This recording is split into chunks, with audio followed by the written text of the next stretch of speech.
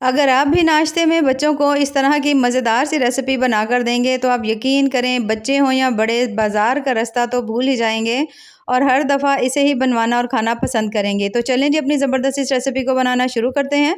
बिस्मिल्लाहिर्रहमानिर्रहीम, अस्सलाम वालेकुम। उम्मीद है आप सब ठीक होंगे। तो इस मज़ेदार सी रेसिपी को बनाने के लिए यहाँ पर हमने ले लेना है 2 से 3 चम्मच कुकिंग ऑयल और उसके अंदर हमने डाल दिया है 1 अदद मीडियम साइज़ का प्याज। और प्याज अपने इसके अंदर डालना है अच्छी तरह से चॉप करके। अब यहाँ पर हमने प्याज को थोड़ा हल्का फ्राई होने तक पकाना है। जैसे ही आप देखो कि जो प्याज है उसका कलर हल्का सॉफ्ट हो गया है, बहुत ज़्यादा कलर इसका हम चेंज नहीं करेंगे, तो फिर हम इसके अंदर डालेंगे 1 अदद मीडियम साइज़ का टमाटर और वो भी आपने ना थोड़ा बिल्कुल बारीक सा काट कर डाल देना है। अब टमाटर भी शामिल हमने इसमें कर दिया है। टमाटर शामिल करने के बाद कुछ देर के लिए हल्का-हल्का सा फिर से इसको आपने थोड़ा-सा फ्राई कर लेना है, भून लेना है। टमाटर का पानी जो है वो थोड़ा-सा अभी इसके अंदर मौजूद है, तो इसके साथ ही हम इसके अंदर शामिल कर देंगे कुछ मसाले। तो सबसे पहले तो हम यहाँ पर शामिल कर लेंगे नमक। 1/3 चम्मच जो है ना नमक मैंने इसके अंदर डाल दिया है, तकरीबन आधा चम्मच भी डाल देंगे तो चलेगा। उसके साथ थोड़ी-सी हल्दी शामिल कर देंगे, लाल मिर्च हम नहीं डालेंगे, ठीक है? क्योंकि हम ये ब्रेकफ़ास्ट में बना रहे हैं। वैसे तो ये इतनी ज़्यादा मज़े की बनती है, इतनी कमाल की ये रेसिपी है कि आपका जब दिल करे आप इसे बना सकते हैं और आप बच्चों को दे सकते हैं। तो यहाँ पर तीनों चीज़ें डालने के बाद हल्का-सा हमने पानी का छींटा लगा दिया है और इसको हमने अब थोड़ा-सा अच्छी तरह से भून लेना है, जब तक के मसाले अच्छी तरह से भून नहीं जाते। तो जब आप देखो कि पानी अच्छी तरह खुश्क हो गया है, टमाटर और जो प्याज़ है वो भी अच्छी तरह सॉफ्ट हो गए हैं, तो फिर इसके अंदर हमने शामिल करनी है अब कुछ सब्जियाँ। अब सब्जियाँ जो हैं वो आपके घर में जो मौजूद हों या कोई एक भी मौजूद हो तो वो भी आप ले सकते हैं, लेकिन अगर थोड़ी-थोड़ी सभी हैं, तो आप सभी इसमें थोड़ी-थोड़ी सी ऐड कर सकते हैं। तो मैंने यहाँ पर सबसे पहले शामिल कर दिया है एक रेड वाली शिमला मिर्च, एक मेरे पास ग्रीन वाली पड़ी हुई थी वो मैंने डाल दी है, 1 अदद हमने गाजर इसके अंदर कश करके डाल दी है और उसके साथ ही हमने इसमें डाल दिया है तकरीबन 1 कप बिल्कुल श्रेड किया हुआ, बॉयल किया हुआ जो चिकन है वो हमने इसमें डाल दिया है। अब अगर आप चाहो तो चिकन को स्किप करना तो आप स्किप कर सकते हैं, लेकिन अगर बनाएँगे थोड़ा ज़्यादा हेल्दी वे में बनेगी, थोड़ा मज़े की बन जाएगी। अब तमाम चीज़ों को इसके अंदर डालने के बाद अब आपने इसको भून लेना है थोड़ी देर के लिए। यहाँ पर आप देख सकते हो कि ऑयल जो है इसके अंदर बिल्कुल कम है, आपने ऑयल इसमें डालना भी नहीं है। यही जो हमने शुरू में 2 से 3 चम्मच कुकिंग ऑयल डाला था उसी में हमने इनको पकाना है। यहाँ पर सब्जियों को आपको बहुत ज़्यादा पकाने की ज़रूरत नहीं पड़ेगी, बस जैसे ही आप देखो कि सब्जियों को आपने अच्छी तरह मसालों के अंदर मिक्स कर दिया है, तमाम सब्जियाँ हल्की-सी सॉफ्ट हो गई हैं, तो इससे ज़्यादा हमने इन्हें नहीं पकाना। अब यहाँ पर सब्जियाँ ज़बरदस्ती सेट हो चुकी हैं, अब हम इसके अंदर डालेंगे बिल्कुल थोड़ा-सा, अगर गरम मसाला है तो वो डाल लीजिए, नहीं तो थोड़ा-सा आप इसमें ऐड कर लीजिए धनिया पाउडर। तो मैंने गरम मसाला थोड़ा शामिल कर दिया है, थोड़ा-सा हम इसमें शामिल कर देंगे चिकन पाउडर और दोनों चीज़ों को शामिल करके दोबारा हल्का-सा इसको हमने भून लेना है अच्छी तरह से, जब तक कि सभी मसाले इसके अंदर अच्छी तरह से मिक्स नहीं हो जाते। अब तमाम जो सब्जियाँ हैं यहाँ पर माशाल्लाह सेट हो चुकी हैं, अच्छी तरह पक चुकी हैं। यहाँ पर हमने फ्लेम बंद कर देनी है। फ्लेम बंद करने के बाद अब आपने इसको थोड़ा-सा अच्छी तरह से ठंडा कर लेना है और किसी भी बोल में निकाल लेना है। अब जो तमाम हमारी सब्जियां थी उसे मैंने निकाल लिया है बोल में और यहाँ पर ये बहुत अच्छी तरह से ठंडी हो चुकी हैं।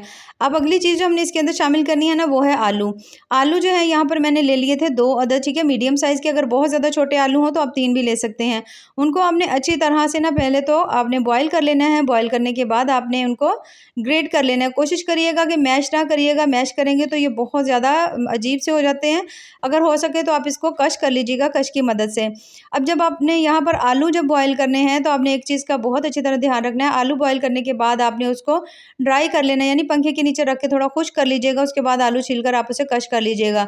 यानी हमें आलू के अंदर किसी तरह की कोई पानी की नमी नहीं चाहिए, बहुत ज़्यादा पतले आलू भी ना हो, जिस तरह से आमतौर पर थोड़े से हो जाते हैं।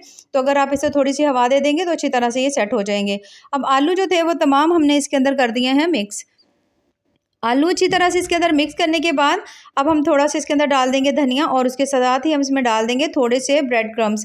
अगर यहाँ पर आपकी स्टफिंग जो है वो थोड़ी अच्छी खासी सख्त हो ना, तो फिर आप इसमें ब्रेड क्रम्स जो हैं वो इसमें ना ऐड करिए, ऐसे ही ठीक है। लेकिन अगर आपको लग रहा हो कि थोड़ी-सी ये पतली है और आप इसको ईज़िली कोई जो शेप आप देना चाहते हैं वो नहीं दे पाएँगे, तो फिर आप इसके अंदर जो है ना ब्रेड क्रम्स डाल लीजिएगा। तो मैंने यहाँ पर तकरीबन 3 चम्मच डाले हैं, मेरे लिए 3 चम्मच काफ़ी हैं क्योंकि ये काफ़ी हद तक सख्त हो चुकी है। लेकिन अगर आपको लगे कि थोड़ी-सी स्टफिंग जो है वो ढीली है, यानी थोड़ा स्टार्ट में आपसे ऑयल ज़्यादा डल गया है या आलू की वजह से इस तरह से मसला हो गया है, तो फिर आप इसके अंदर ना थोड़े से ब्रेड क्रम्स आप और डाल लीजिएगा। अच्छी तरह सेट करने के बाद 10 मिनट के लिए इसे हम फ्रिज में रख देंगे। अब इस मज़ेदार सी रेसिपी को बनाने के 2 तरीके हैं। जिसके पास ओवन है, ठीक है, तो उसके लिए यहाँ पर हमने ले ली है ओवन के अंदर जो बेकिंग ट्रे होती है ना वो ले ली है हमने। हल्का सा लगा लेंगे ऑयल।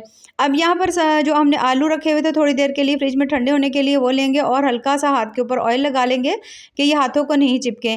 अगर अब आपने यहाँ पर ना थोड़ा सा ज़्यादा, जिस तरह से आप रोटी के साइज़ का पेड़ा लेते हो ना, सेम आपने उस तरह से आलू का और ये तमाम मसाले का पोर्शन है ना, इस तरह रोटी के साइज़ का लेना है। लेने के बाद अब आपने इसको इस तरह से घुमाना है। जो बाहर वाली साइड्स है ना, वो आपने थोड़ी मोटी रखनी है और जो अंदर वाली साइड है वो थोड़ी आपने पतली रखनी है। और जहाँ से आपको लग रहा हो थोड़े क्रैक्स आ रहे हैं, थोड़ा टूट रही है ना, तो वहाँ पर आपने थोड़ी से आलू लेने हैं इस तरह से, और इसकी इस तरह से करके आपने साइड पे एक तरह के आपने एक बॉल सी बना लेनी है।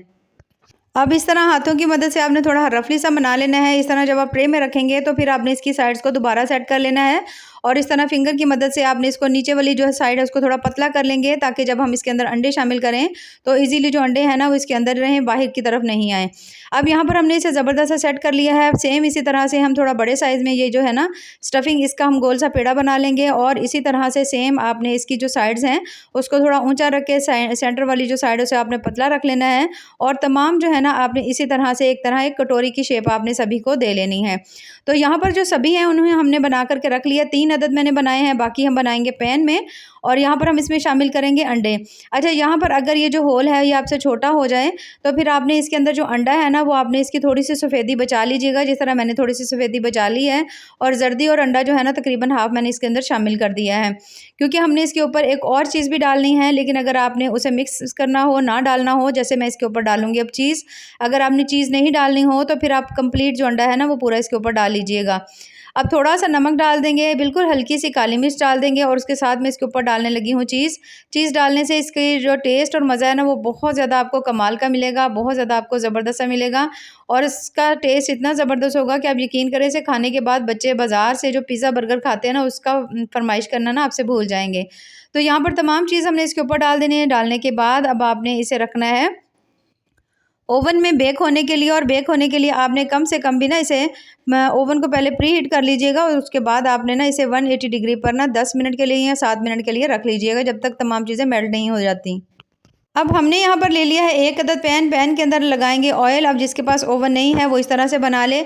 और ये जो हमने आलू लिया है ना, वहाँ पर तो हमने एक पेड़े का साइज़ लिया था ना, यहाँ पर आपने 2 पेड़े के साइज़ का आलू ले लेना है जो हमने स्टफिंग बना करके रखी हुई थी। और इस तरह से करके सेम वैसे ही आपने इसकी साइड्स को ऊंचा कर लेना है और सेंटर को आपने थोड़ा सा पतला रखना है। ये देखिए इस तरह मैं चम्मच की मदद से इसको सेट कर रही हूँ, ईजिली सेट हो जाता है। बल्कि आप यकीन करें पैन में बनाना ज़्यादा आसान होगा। तो मैंने आपको दोनों तरीके बताए हैं, जिसके लिए ज़्यादा ईजी हो वो तरीके से बना ले। अच्छा, अब यहाँ पर हमने इसको कर लिया अच्छी तरह से सेट। अब आपने जो हमने अंडे रखे हुए थे ना, थोड़े-थोड़े से हमने वाइट एग दूसरे बचा करके रखे हुए थे और 1 अदद हमने और अंडा लिया था, वो तमाम हमने इसके अंदर डाल दिए, क्योंकि ये थोड़ी बड़े साइज़ की थी और इसमें तकरीबन 2 अंडे चले जाने थे। तो हम यहाँ पर अब थोड़ी-सी जो है ना इसकी जर्दी, इसको हम इस तरह से करके हल्का सा फैला लेंगे। सेम वैसे ही हल्का सा नमक डाल देंगे, हल्की सी काली मिर्च डाल देंगे और उसके बाद हमने इसको उठाना है आहिस्ता से और इसे हम रख देंगे चूल्हे के ऊपर पकने के लिए। अब यहाँ पर मैंने इसे रख दिया है, फ्लेम हमने यहाँ पर बिल्कुल हल्की सी रखनी है। याद रखिए दम वाली फ्लेम के ऊपर आपने इसे रखना है। अब यहाँ पर हम इसके ऊपर शामिल करेंगे थोड़ी सी चीज़ डाल देंगे, टोटली ऑप्शनल है, डालना चाहे तो डाल लें, नहीं तो आप इसे स्किप भी कर सकते हैं। जब आप अंडे से सिरप बनाएंगे तो उससे भी बड़ी अच्छी बन जाएगी, लेकिन थोड़ा सा मैं इसको इस तरह ऐड कर रही हूँ ताकि बच्चे जो हैं वो बाज़ार वाली चीज़ें थोड़ी कम खाएँ, उनको सेम वैसी ही चीज़ घर में मिल जाए। अब यहाँ पर हमने थोड़ा-थोड़ा सा साइड्स पे आपने लगा देना है, बिल्कुल हल्का सा ऑयल के ये नीचे की तरफ नहीं चिपके। ढक्कन लगा देंगे। ढक्कन लगाने के बाद 5 से 7 मिनट के लिए आपने इसे बिल्कुल हल्की फ्लेम के ऊपर पकने देना है। अगर आपको बिल्कुल दम वाली फ्लेम का नहीं पता चले तो आप इसके नीचे तवा रख लीजिएगा। तवा रखने के बाद पैन ऊपर रख दीजिएगा और सेम इतना ही टाइम देंगे तो ज़बरदस्ती बन जाएगी। 2 मिनट के बाद आप देख सकते हो हल्का सा अंडा और चीज़ जो है पकना शुरू हो चुकी है, तो मैंने थोड़ा सा इसके ऊपर डाल दिया टमाटर, थोड़ी सी डाल दी शिमला मिर्च, ताकि ये देखने में और ज़्यादा प्यारी लगे। और ढक्कन लगाकर 5 मिनट के लिए यहाँ पर हम इसे फिर से छोड़ देंगे। अब यहाँ पर हमने जिसे रखा हुआ था ओवन में बेक होने के लिए, माशाल्लाह ज़बरदस्त से बेक होकर आ चुकी है हमारी रेसिपी। आप देख सकते हो कितनी ज़बरदस्त और कितनी ही माशाल्लाह कमाल की लग रही है। तो इसे हम निकाल लेते हैं प्लेट में। आप यहाँ पर देख सकते हो माशाल्लाह बहुत ज़्यादा टेस्टी और मज़ेदार सी बनी है। अगर आप इसे बना करके देंगे तो मैं पूरी गारंटी से कह सकती हूँ बच्चे इसे बहुत ज़्यादा खुश होकर खाएँगे और कभी भी आपसे बाज़ार की अनहेल्दी चीज़ों की फरमाइश नहीं करेंगे। तो यहाँ पर ये ज़बरदस्त सी हमारी तैयार हो चुकी है। इसको हल्का हम कट करके मैं आपको दिखाऊँगी कि अंदर से किस तरह से है। और ये देखिए माशाल्लाह कितनी ही मज़ेदार ज़बरदस्त और टेस्टफुल सी बनी है। और यहाँ पर आप इसके लेयर्स चेक कर सकते हैं। नीचे जो है सबसे पहले जो हमने स्टफिंग बनाई थी उसकी लेयर है, उसके बाद इसके ऊपर अंडे की और उसके बाद चीज़ की है। तो बेहद लज़ीज़ बनी है। ज़रूर आप भी ट्राई करिएगा और हमें कमेंट्स में ज़रूर बताइएगा कि आपको हमारी आज की जो रेसिपी है वो कैसी लगी। तो ये तो हमारी हो गई ओवन में। अब जो हमने पैन में बनाई हुई थी वो भी माशाल्लाह यहाँ पर ज़बरदस्त सी पक चुकी है। तो अब यहाँ पर इसका कलर चेक कर सकते हैं। हल्का सा आप किसी भी चम्मच की मदद से भी आप इसे चेक कर सकते हैं कि आया ये अच्छी तरह पक गई है कि नहीं। ये देखिए बहुत अच्छी तरह ज़बरदस्ती सेट हो गई है। तो इसे हम निकाल लेंगे प्लेट में। ये देखिए माशाल्लाह बहुत ज़्यादा ईज़िली निकल आती है और बिल्कुल सेम जिस तरह से आप पिज़्ज़ा वगैरह खाते हैं ना, सेम ये उसी तरह से ही बनती है।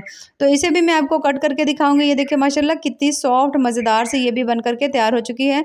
तो दोनों मैंने आपके साथ शेयर की हैं। जो तरीका आपको पसंद हो बनाइए और हमें ज़रूर बताइएगा कि आपको हमारी आज की रेसिपी कैसी लगी। तो ऐसे ही मज़ेदार, ज़बरदस्त और टेस्टफुल सी रेसिपीज़ के लिए चैनल का विज़िट ज़रूर करें। मैं आपके लिए हमेशा बिल्कुल नई रेसिपी लेकर आती हूँ, जो कि आपको बनाना भी आसान हो और सभी को पसंद भी आ जाए। बाकी दुआ में याद रखिए। अल्लाह हाफ़िज़।